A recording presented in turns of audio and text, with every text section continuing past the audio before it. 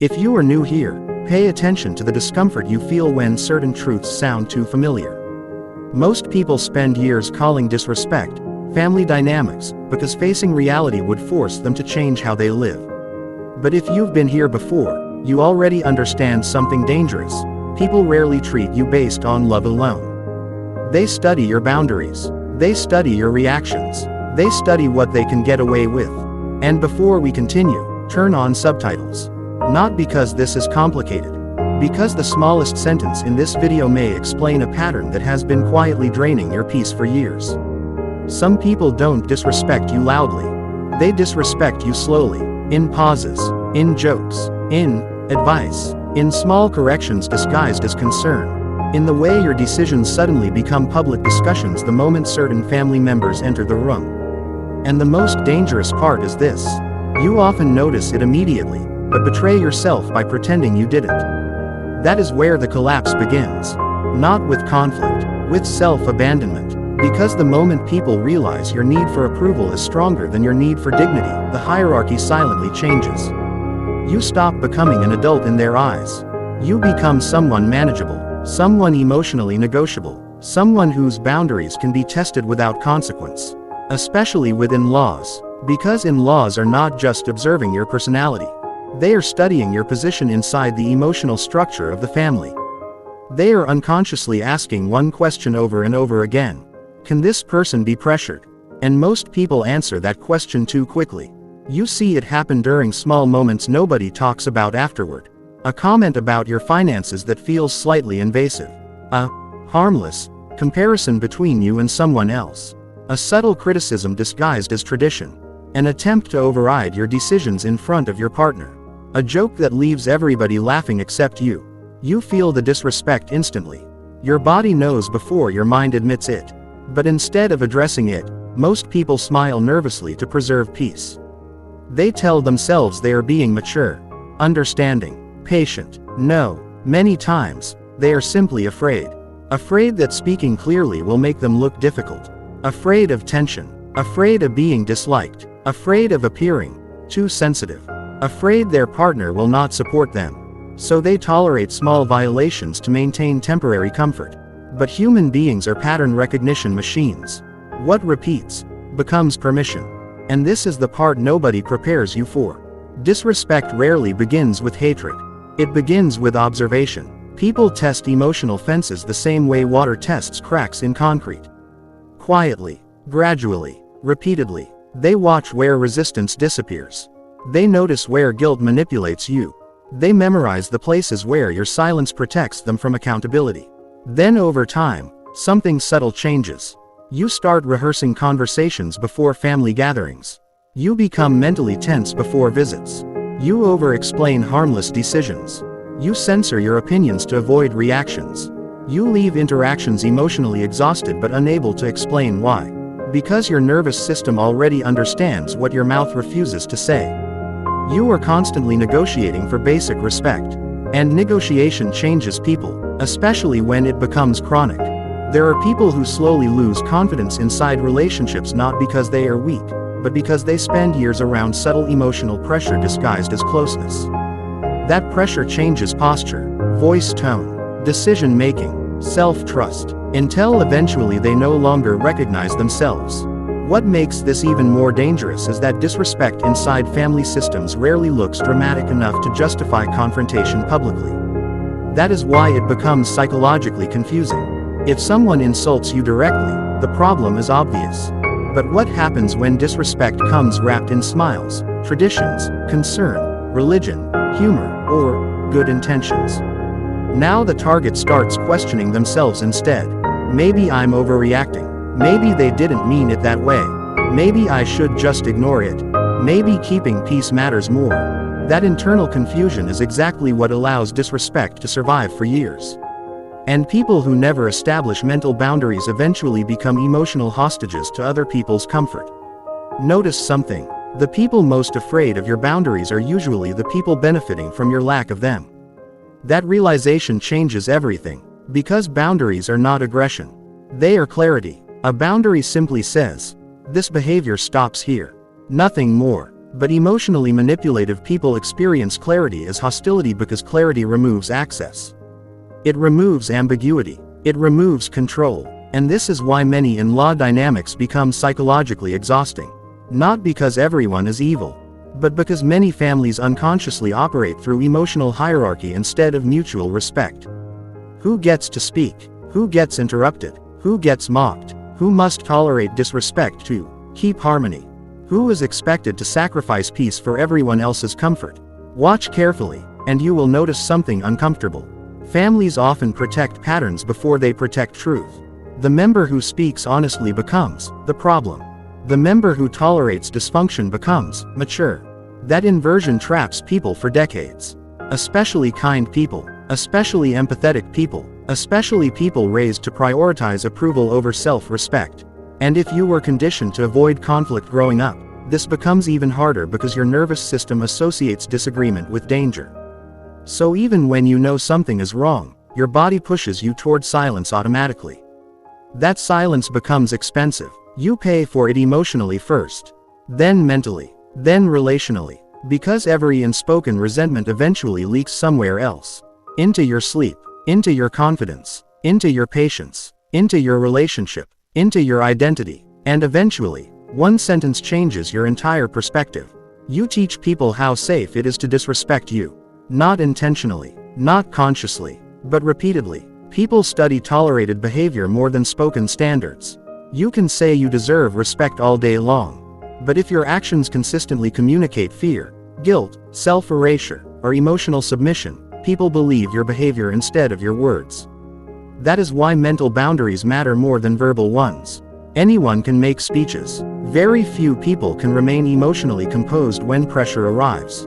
And pressure always arrives, especially after you begin changing. Because the moment you stop over-explaining yourself, the moment you stop seeking permission, the moment you stop defending every decision, the moment you stop laughing at disrespect to keep everyone comfortable, people notice immediately. Some become uncomfortable before they become respectful. Remember that. Many individuals are not reacting to your attitude. They are reacting to losing access to an older version of you that was easier to control.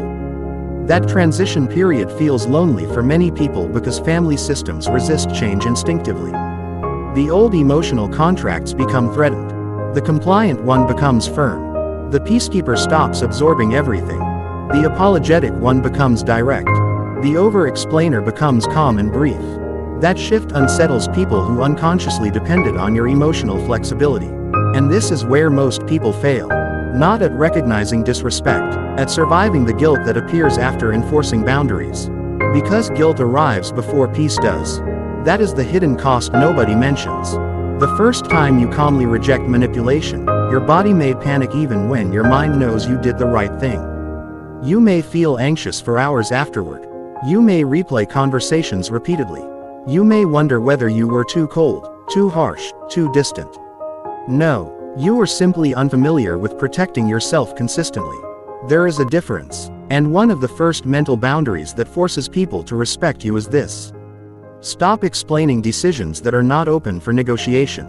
That sentence alone could change someone's entire life. Because over-explaining usually comes from anxiety, not communication. People who trust themselves communicate differently. Shorter, cleaner, calmer. But when you fear disapproval, you begin building emotional presentations for every personal choice. Why you spend money a certain way. Why you parent a certain way. Why you work differently. Why you said no. Why you need space. Why you made a decision with your partner. And manipulative people love excessive explanations because explanations create openings. Every extra sentence becomes material for pressure, criticism, persuasion, or guilt. Notice how some people ask questions not to understand you, but to gain leverage over your confidence. That changes the entire interaction. You think you are having a conversation. They think they are testing influence. The strongest people recognize this early. They answer respectfully without surrendering authority over their lives. Because maturity is not measured by how available you are to everybody's opinions. It is measured by whether you can maintain internal clarity while others project expectations onto you. That takes discipline, especially in emotionally loaded environments. Especially around family, especially when your desire to be accepted conflicts with your need to protect your peace. And this is where many relationships quietly collapse. Not because love disappeared, because one person abandoned themselves so thoroughly trying to avoid conflict that resentment slowly replaced connection. You cannot build healthy relationships through chronic self-erasure. Eventually your mind revolts, sometimes through anger, sometimes through withdrawal, sometimes through emotional numbness, but it always surfaces eventually. People were never designed to suppress themselves forever. That is why mental boundaries are not just social strategies. They are psychological survival. Without them, emotionally invasive people begin living inside your head rent-free. Their opinions start shaping your decisions before they even speak. You anticipate criticism in advance. You edit yourself automatically. You become hyper-aware of reactions. You prioritize emotional safety over authenticity. And eventually you no longer know whether your choices are truly yours. That is the real danger. Not loud disrespect, internal colonization, the slow process where other people's comfort becomes more important than your own self-respect. If this is already sounding familiar, pay attention to what happens next in your life after this video. Because once you become conscious of these patterns, you start seeing them everywhere. At family dinners, inside conversations, inside silence, inside body language, inside jokes, inside fake concern, inside forced obligations, you begin realizing that respect is not maintained through emotional performance. It is maintained through behavioral consistency. And consistency exposes everybody, especially the people who only respected the version of you that stayed emotionally convenient. At some point, every adult faces a decision. Protect your peace, or protect everyone's comfort at the expense of your identity. Most people try to do both. That rarely lasts, because one eventually consumes the other. And the people who finally reclaim self-respect usually discover something painful afterward. Many conflicts they feared for years were never actually about misunderstanding. They were about access. Access to your time. Access to your emotional labor. Access to your compliance. Access to your silence. Once that access changes, the relationship reveals its real structure. That revelation shocks people, because they spent years believing harmony meant health. No. Sometimes harmony simply means one person keeps sacrificing themselves quietly enough to avoid confrontation. If this realization is hitting harder than expected, press like on the video. Not for the algorithm alone. Do it as a small acknowledgement that you are beginning to see social dynamics more clearly than before. And in the comments, write, respect begins with clarity. Because people who cannot state the truth publicly usually struggle to live it privately. Share this with someone who constantly feels emotionally drained after family interactions but cannot explain why. And if you choose to subscribe, understand what you are actually subscribing to, a way of seeing human behavior without illusion. A mindset built on awareness, discipline, emotional control, and psychological independence instead of emotional dependency disguised as kindness. Because the next boundary changes everything once you understand what most people mistake for being nice. And the consequences of that confusion are far more destructive than people realize. There is a shift that happens after awareness. At first, nothing external changes. Same house, same gatherings, same faces, same conversations. But internally, something no longer aligns the way it used to. You start noticing pauses you previously ignored. You start hearing tone instead of just words. You start recognizing patterns before they complete themselves. And that is where the real tension begins. Because awareness without action does not bring peace. It brings friction. You become someone who sees more than you can comfortably respond to. And in family environments, especially with in-laws, that creates an invisible pressure point. You are no longer fully participating in old dynamics. But you are not yet fully outside them either. That in-between state is where most people feel emotionally unstable. Not because anything new is happening, but because they are finally seeing what was always happening. And once you see it, you cannot fully unsee it. One of the earliest boundaries that begins to shift how you are treated is not spoken. It is behavioral. It is the moment you stop reacting immediately to emotional triggers. Because in many family systems, control is not maintained through authority. It is maintained through reaction. The person who reacts fastest becomes the most predictable. And the most predictable person becomes the easiest to influence. Think about how conversations often unfold. A comment is made, a reaction is expected, a tone is tested, a silence is observed, and if your emotional state becomes visible too quickly, it gets mapped. People learn your pressure points faster than your strengths. They notice what makes you defensive, what makes you over-explain, what makes you withdraw, what makes you seek approval. And once that mapping is complete, interaction becomes less about respect and more about navigation. Not everyone consciously does this, but many people operate on instinct. And instinct always tests boundaries. This is why your internal state matters more than your external argument. You can win a conversation and still lose your position. Because respect is rarely about who is right. It is about who remains steady when discomfort appears. In law environments amplify this because there is often an unspoken hierarchy already established before you even enter it. Roles are pre-written in subtle ways. The respected elder, the protective parent, the loyal sibling, the outsider trying to integrate, the partner expected to mediate everything. And if you are not aware of these invisible roles, you unconsciously step into one without choosing it. Usually the one that demands the most emotional labor.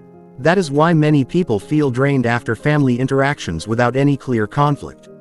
Nothing bad happened, yet everything felt heavy, because emotional roles were quietly enforced.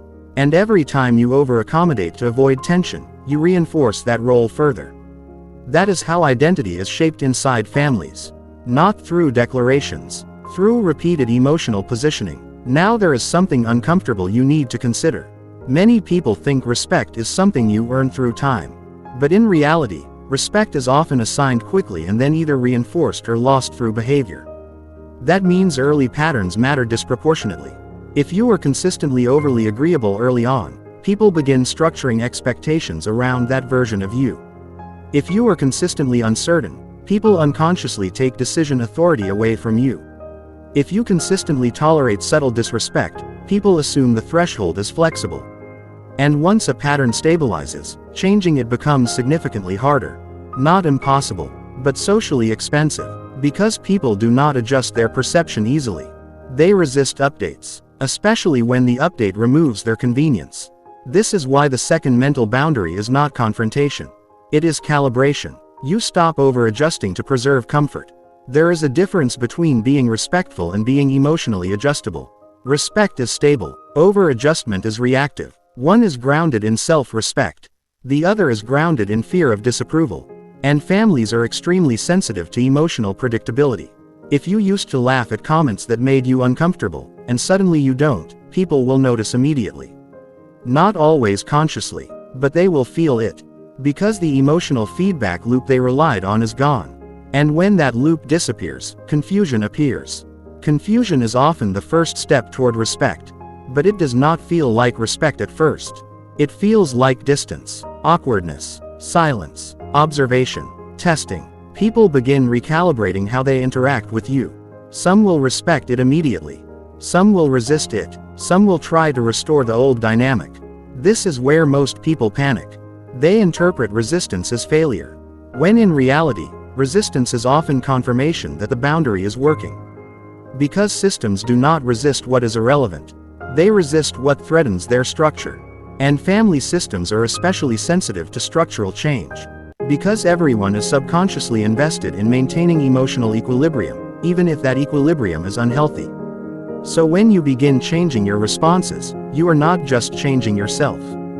You are disrupting a pattern others depended on. This is where guilt becomes loud again. Because guilt often arrives when you stop participating in something familiar, not necessarily something right. You may start thinking, maybe I'm becoming distant, maybe I'm being disrespectful, maybe I should go back to how I used to be. But notice something carefully. Those thoughts rarely come when you are being violated. They come when you stop being easily accessible.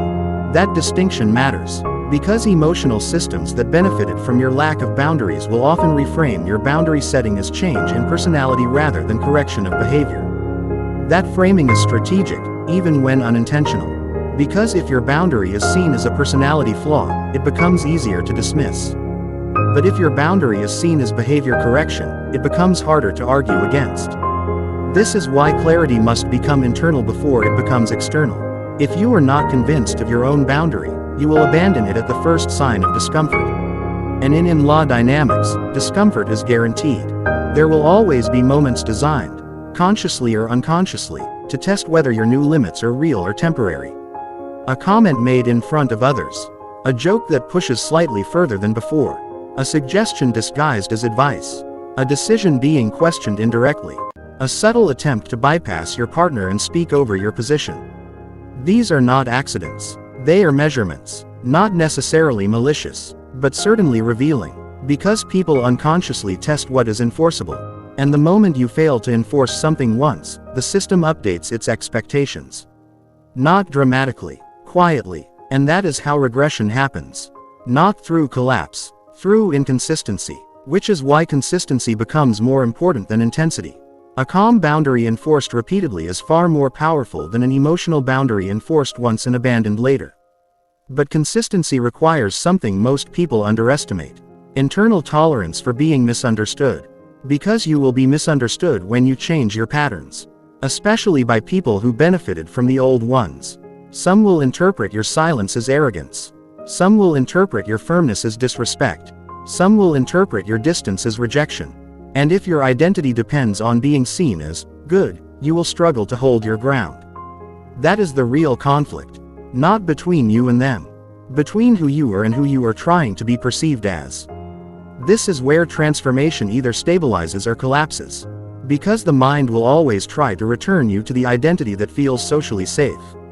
Even if that identity is personally costly. So the real boundary is not only external. It is internal resistance to reverting. And that is where discipline enters. Not the visible kind. The silent kind. The kind where you choose not to over-explain even when you feel pressure building. The kind where you stay calm even when you want to justify yourself. The kind where you pause before reacting instead of defaulting to emotional submission. The kind where you let silence hold weight instead of filling it with unnecessary reassurance. This is not emotional detachment. It is emotional regulation under social pressure. And it changes how people relate to you over time. Because humans respect what does not collapse under emotional manipulation. Even if they resist it at first. Now there is another layer most people miss entirely. Respect is not always increased by firmness alone. It is increased by predictability of standards. People begin to relax around you when they understand what is non-negotiable.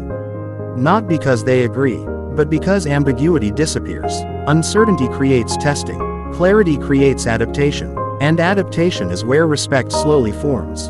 But before adaptation, there is often a phase of friction. That phase is where most people revert. Because they confuse temporary tension with permanent damage. But tension is often just the system updating. And if you stop during that phase, you reset everything. That is why many people remain stuck in cycles of temporary boundaries that never fully stabilize. They enforce, then soften, then overcorrect, then retreat, then restart, and each cycle weakens credibility. Not because they lack strength, but because they lack continuity. In-law respect dynamics are particularly sensitive to this. Because family systems remember patterns more than intentions. They remember what consistently happens under pressure, not what is said during calm moments. So the question quietly becomes, do your boundaries survive emotional pressure or only survive calm conversations? That is where most people unknowingly reveal their position. And once that position is revealed, the system organizes around it. Not permanently, but efficiently. And that efficiency is what feels like, they don't respect me. When in reality, the system simply adjusted to your demonstrated threshold. At some point, you realize something uncomfortable but clarifying. Respect is not demanded into existence. It is structured through repeated signals that define what is allowed. And if those signals are inconsistent, the structure collapses back into default dynamics.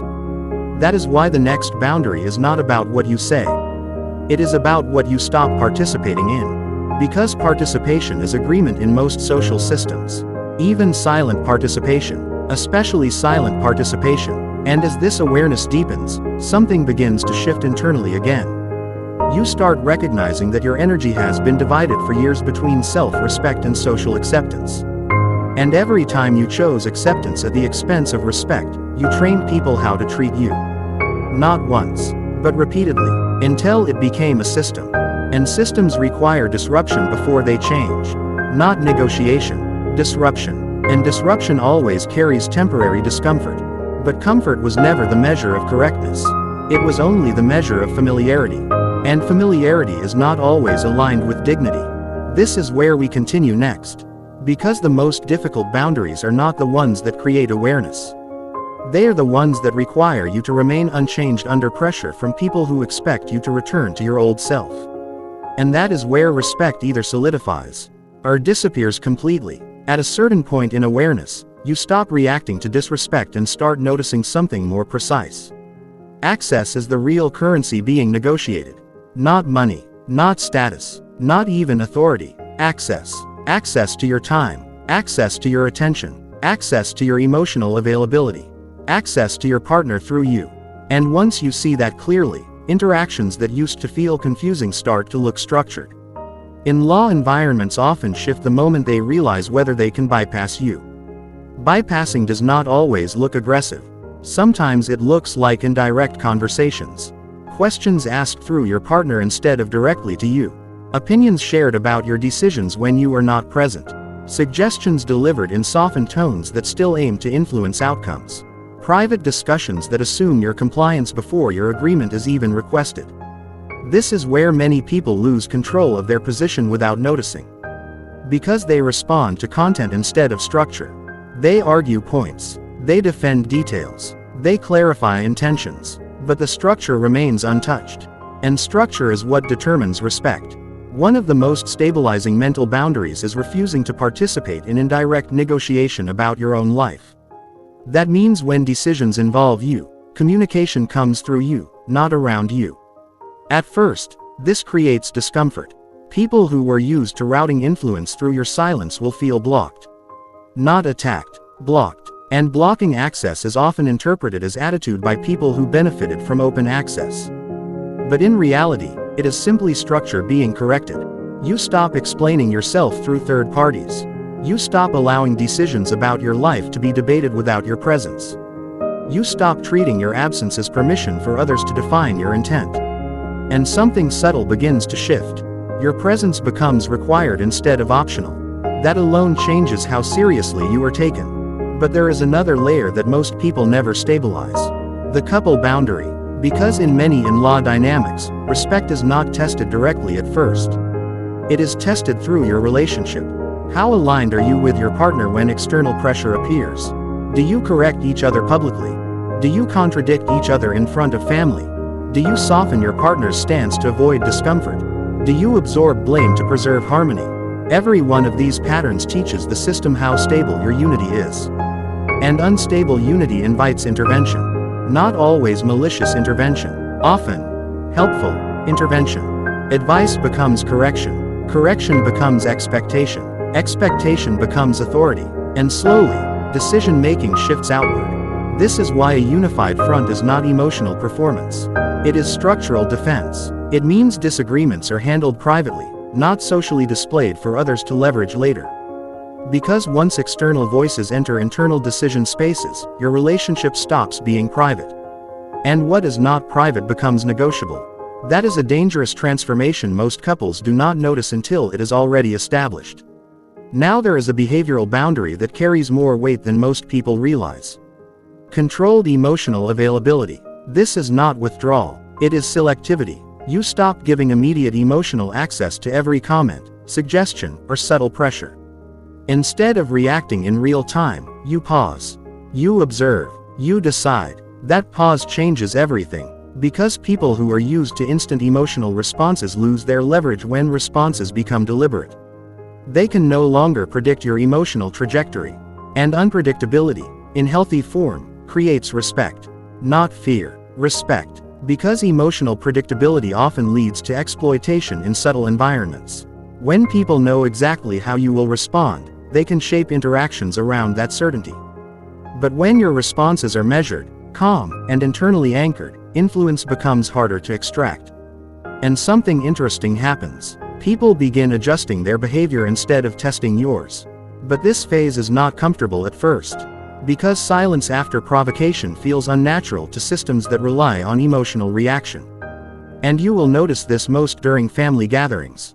A comment lands. A pause follows. Everyone waits for your emotional reaction. It does not come immediately. That silence becomes louder than words. And in that silence, something recalibrates. Not externally, internally. The dynamic loses automatic momentum. And momentum is what sustains many subtle disrespect patterns. Now there is a point where awareness must turn into visible behavioral consistency. Otherwise, nothing stabilizes. And this is where many people hesitate. Because consistency requires repetition of uncomfortable behavior in environments that prefer your old patterns. You will be tested, not dramatically, repeatedly. A familiar joke returns. A familiar tone resurfaces. A familiar attempt to bypass your voice appears again. And each time, you either reinforce the new boundary or reopen the old structure. There is no neutral response in these environments. Only reinforcement or regression. At this stage, something important must be said clearly. If you continue behaving like the old version of yourself in certain moments, people will assume the change was temporary. That assumption resets everything, so consistency is not about intensity. It is about continuity under pressure. Now pause here for a moment. Because if this is already resonating, there is a pattern you may not have fully named yet. You may have been over-adapting for years without realizing it. Adjusting tone. Adjusting decisions, adjusting silence, adjusting explanations, adjusting emotional expression, all to maintain temporary peace. If that is familiar, then what you are actually rebuilding is not just respect. It is internal authority, and that requires a different identity posture entirely. Before continuing, take a moment to like the video and share it with someone who constantly feels drained after family interactions but cannot explain why. And if you are following this properly, subscribe. Not as a habit, as a signal that you are actively reconstructing how you relate to pressure, respect, and emotional control. Because what comes next is where most people either stabilize their boundaries or quietly abandon them without noticing. There is another boundary that rarely gets discussed because it is uncomfortable to implement. Refusing emotional urgency. Not every demand for your attention deserves immediate response. Not every tone deserves immediate correction. Not every comment requires immediate defense. Not every situation requires immediate explanation. Urgency is often used to bypass reflection. And reflection is where control returns to you. People who cannot tolerate your delay in response are often accustomed to your immediacy as a form of access. When that immediacy disappears, something shifts. They can no longer force emotional pacing. And emotional pacing is a form of influence most people do not recognize until it is removed. This is why calm delay is powerful. It creates space between stimulus and response. And in that space, you regain authorship over your behavior. Another stabilizing boundary is refusal to self-justify under pressure. Because justification often signals internal instability. When you over-explain under emotional pressure, you are not communicating. You are negotiating your right to exist in a certain way. And people unconsciously sense that negotiation, which weakens your position even if your argument is valid. Strong boundaries do not require emotional negotiation. They require clarity stated once, then held consistently. Now here is where transformation begins to feel real instead of conceptual. You start noticing that fewer conversations drain you. Not because people changed, but because your internal participation changed.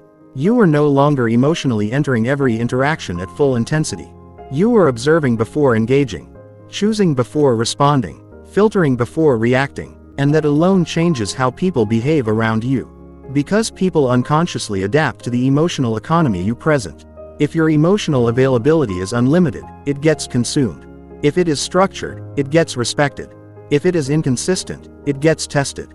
And testing never stops until structure stabilizes. At some point, you begin to realize something that is not immediately comfortable. Respect is not something you receive. It is something your behavior trains into the environment. And if your environment was trained for years to expect flexibility, silence, or over-explanation, then resistance to change is not personal. It is structural inertia. But inertia always breaks under consistent force applied over time. Not emotional force, behavioral force. This is where identity starts to solidify. You are no longer the person who reacts first. You are no longer the person who explains everything. You are no longer the person who absorbs every emotional shift in the room. You become the person who responds deliberately. And that changes the entire system around you. But the final transformation is still ahead. Because even after boundaries are established, there is one last internal test most people fail. The temptation to revert during emotional fatigue. When you are tired, stressed, or emotionally overloaded, the old patterns feel easier. And in those moments, discipline is either maintained or quietly surrendered. That is where we continue. Because the final boundary is not about how you behave when you are strong. It is about what remains intact when you are not. And that is where respect becomes permanent or collapses entirely. There is a moment most people never prepare for. It is not when disrespect happens. It is when you are too tired to enforce what you already know is right. That is the real test. Not awareness, not understanding, not even previous consistency. Fatigue. Because fatigue removes performance. And what remains is identity. In in-law dynamics, this is where everything either stabilizes or quietly resets. You will have days where you are calm, composed, and internally structured. And you will have days where pressure feels heavier than usual. A comment lands differently. A tone feels sharper than it should. A small provocation feels larger than normal. And in that state, your old version becomes available again. The version that explains too much. The version that avoids discomfort. The version that prioritizes harmony over structure. And the environment will notice immediately. Not because they are watching closely, but because patterns are easy to detect when they reappear. This is why consistency is not measured in good days. It is measured in vulnerable ones. Now there is a deeper layer underneath all of this. Respect is not maintained by what you establish once. It is maintained by what you refuse to abandon repeatedly. And abandonment rarely looks dramatic. It looks like small compromises under pressure. Letting a comment slide that you already decided was not acceptable. Allowing a decision about you to be discussed without your input, just this once. Smiling through something that internally crosses a line you already recognized. Explaining again even though you already made it clear before. Softening your stance to avoid emotional friction. Each one seems small in isolation. But systems are not shaped by isolated events. They are shaped by accumulated patterns. And accumulated patterns define your position more than intention ever will. At some point, you realize something uncomfortable but stabilizing. People do not treat you based on what you deserve. They treat you based on what they can consistently access without consequence. That means respect is not an emotional response. It is a behavioral outcome of enforced limits. And if those limits fluctuate, so does respect. This is where most people misinterpret the entire dynamic. They assume respect is something others give. But in structured environments, respect is something others adjust to. It is a response to clarity, consistency, and emotional containment. Not persuasion, not explanation, not approval seeking. Now the final mental boundary is this. You stop proving your place inside systems that require you to reduce yourself to be accepted. This is subtle but important. Because many people unconsciously try to earn stability inside environments that only remain stable when they are compliant. And that creates internal conflict. You begin shrinking your expression to maintain peace. You begin filtering your thoughts to avoid resistance. You begin editing your identity to stay included. And over time, inclusion becomes conditional on self-suppression. That is not respect. That is controlled belonging. And controlled belonging always extracts a cost. The cost is usually authenticity. And once authenticity is repeatedly suppressed, resentment begins to form quietly. Not explosive resentment, slow resentment, the kind that shows up as emotional distance, as reduced patience, as quiet withdrawal, as internal exhaustion after interactions that look normal on the surface. And the danger is that most people do not connect these symptoms to boundary erosion. They think they are just tired of family. But often, they are tired of maintaining a version of themselves that does not fully exist outside that environment anymore. That fragmentation is what eventually forces change, either externally or internally. Now there is a shift that happens when boundaries finally stabilize.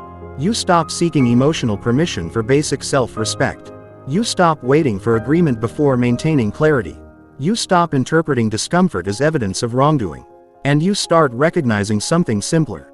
Discomfort is often just resistance to change.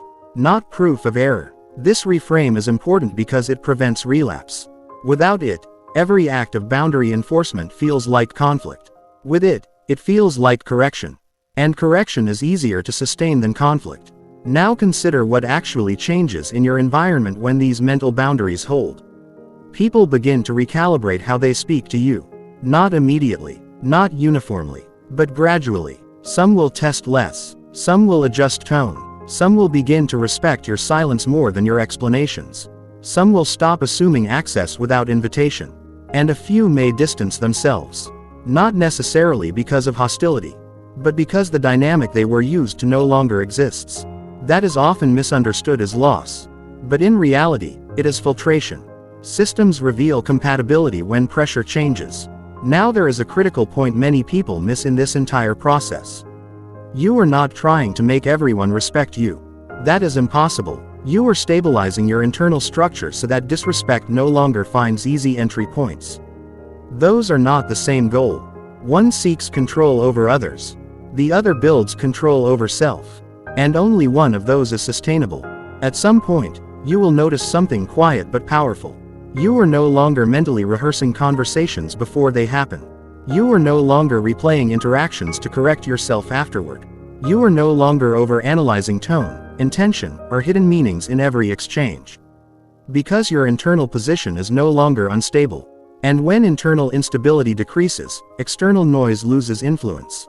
This is what most people are actually searching for when they say they want respect. Not dominance, not superiority, not control, but psychological quiet, a state where your self-worth is not constantly being negotiated in every interaction. Now there is one final truth that ties everything together. Mental boundaries are not about changing how others behave first. They are about ending your participation in dynamics that require your self-reduction. Once that participation stops, the system either adapts or reveals itself. And both outcomes are useful. Because adaptation produces healthier interaction, and revelation removes confusion. Either way, clarity increases. And clarity is the foundation of respect that does not collapse under pressure. So the final silent command is simple. You do not need louder arguments. You do not need emotional escalation. You do not need repeated explanations. You only need continuity. The version of you that understands this cannot be reabsorbed into old patterns without awareness. And that awareness is what changes everything. Not instantly, but irreversibly over time. Because once you stop abandoning yourself to maintain access, you stop living as a negotiable presence in your own life. And from that point onward, respect is no longer something you chase. It becomes something environments adjust to. Now take what you have understood here and observe your next interactions carefully. Not to react, but to notice. Because noticing is where control begins.